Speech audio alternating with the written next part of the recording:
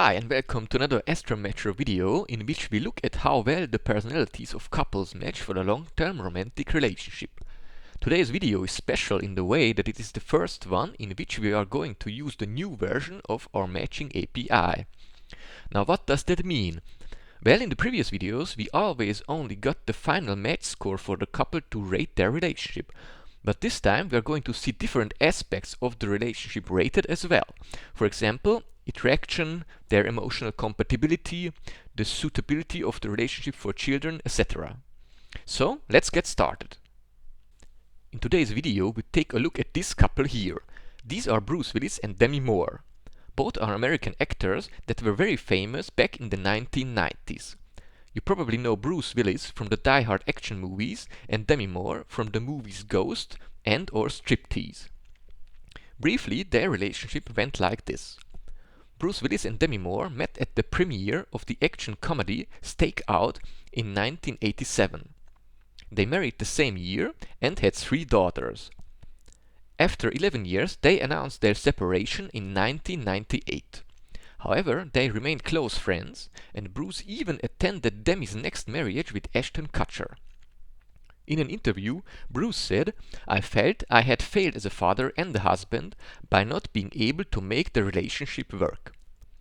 As we used to, we first take a look at their personalities separately and finally analyze the compatibility of the two for a long-term relationship. Let's start with Bruce Willis.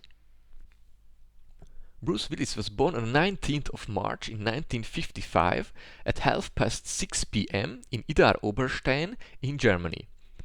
This makes him a Pisces born at the cusp of rebirth, which is the very first zodiac period. The 19th of March is called the day of dodged persistence. The Pisces zodiac is very helpful, generous and kind. Pisces Aries cusp people are straightforward, passionate and impatient. March 19th people have the dodged persistence needed to achieve their goals. They are very diligent and can operate with little need to fanfare and rewards. This consistency is their most basic attribute that guarantees their success. However, they also have a very childlike side that can get lost in dreamy fantasies. Bruce Willis is a retired American actor who has appeared in over 100 movies and won 2 Emmy Awards. As an actor, he is most known from the Die Hard franchise portraying action hero John McClane. Bruce was also a successful singer who released 3 albums and even appeared on Broadway. Now let's take a look at Demi Moore. Demi Moore was born on the 11th of November in 1962 at around 2 p.m. in Roswell in the USA. This makes her a Scorpio born in the week of Charm. Actually, the 11th of November falls into the week of Depth, but if we use the exact position of the Sun, we end up in the next zodiac period, which is the week of Charm. And because of that, we are also going to use the next day in November as her birthday, which in this case is the day of sensual charisma. Scorpio people are serious and emotional people. Scorpio 3 people are charming, resourceful and controlling. The central themes in the lives of November 12th people are sensuality and attraction.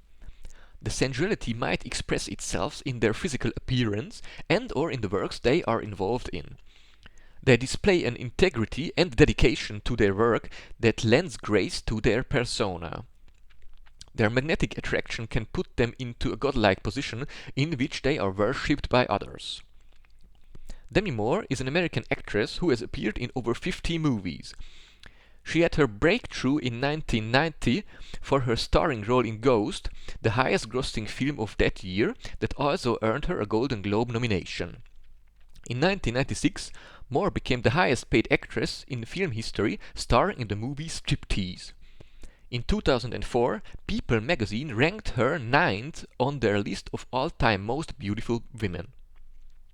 Now let's take a closer look at her relationship with Bruce Willis.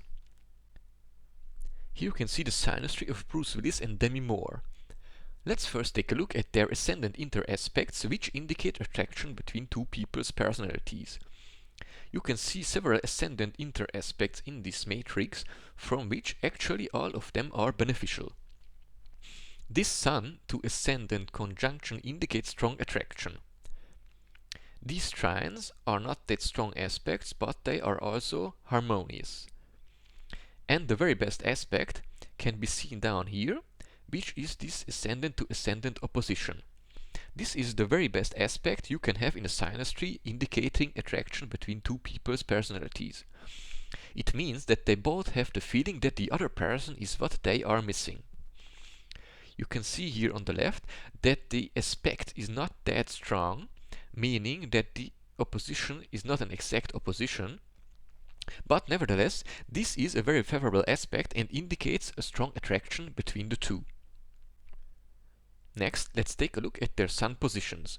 Here you can see an empty cell, which means that according to traditional astrology, there is no aspect between their sun positions.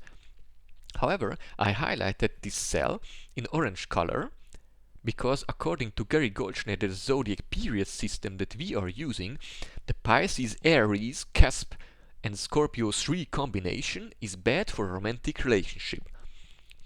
Actually, it is good for a short-term romantic relationship, but bad for a long-term romantic relationship.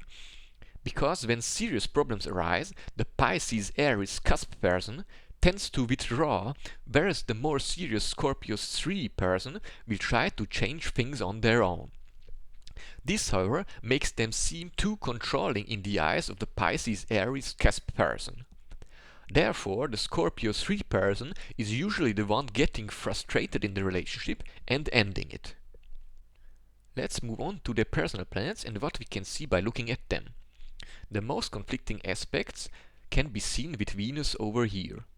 This means that the emotional part of the relationship doesn't look very harmonious. Also, there is this square aspect between Mars and Mars, which means that they are going about things in different and conflicting styles. This also decreases the endurability of the relationship as it leads to constant problems. The mental agreement, however, looks better.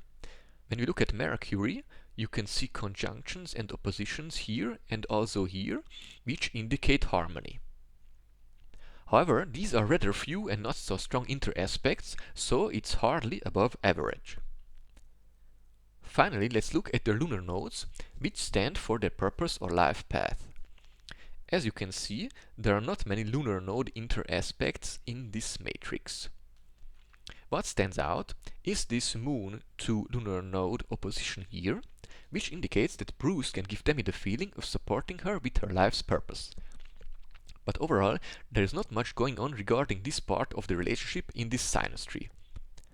But that's not such a big issue, since it's not such an important part of a romantic relationship overall. Now that we looked at the synastry, it's time to get the rating of this relationship from our API. Let's check Bruce's and Demi's match score. As expected, you have a pretty high attraction score of 82. Emotional compatibility is below average with 31. Mental agreement is slightly above average with 55. The endurability of the relationship is suboptimal with only 31. Life path support is pretty weak with just 18. And children's suitability is good with 62 points. The overall match score is 46 from 100, which is not too bad, but still unfavorable for a long-term romantic relationship. And that's it for this video. If you want to get informed when we upload new couple matching videos, you can subscribe to the channel. You can also post comments down below to suggest couples whose relationships we should check out next.